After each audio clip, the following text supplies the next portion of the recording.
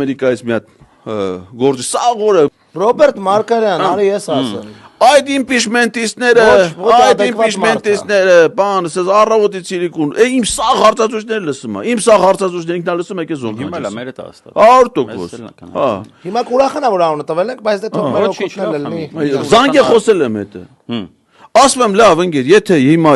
դու ինձ համոզիր։ Ես արդեն պատկերացու առավոտը լույսը բացվում ասում եմ թարգում եմ Ամերիկա մեխելոք մարդու հետ եմ խոսել։ Այ մարդ, այն բացատրեց, ինձ սա հասկացա, որ դա անիրականանալի է,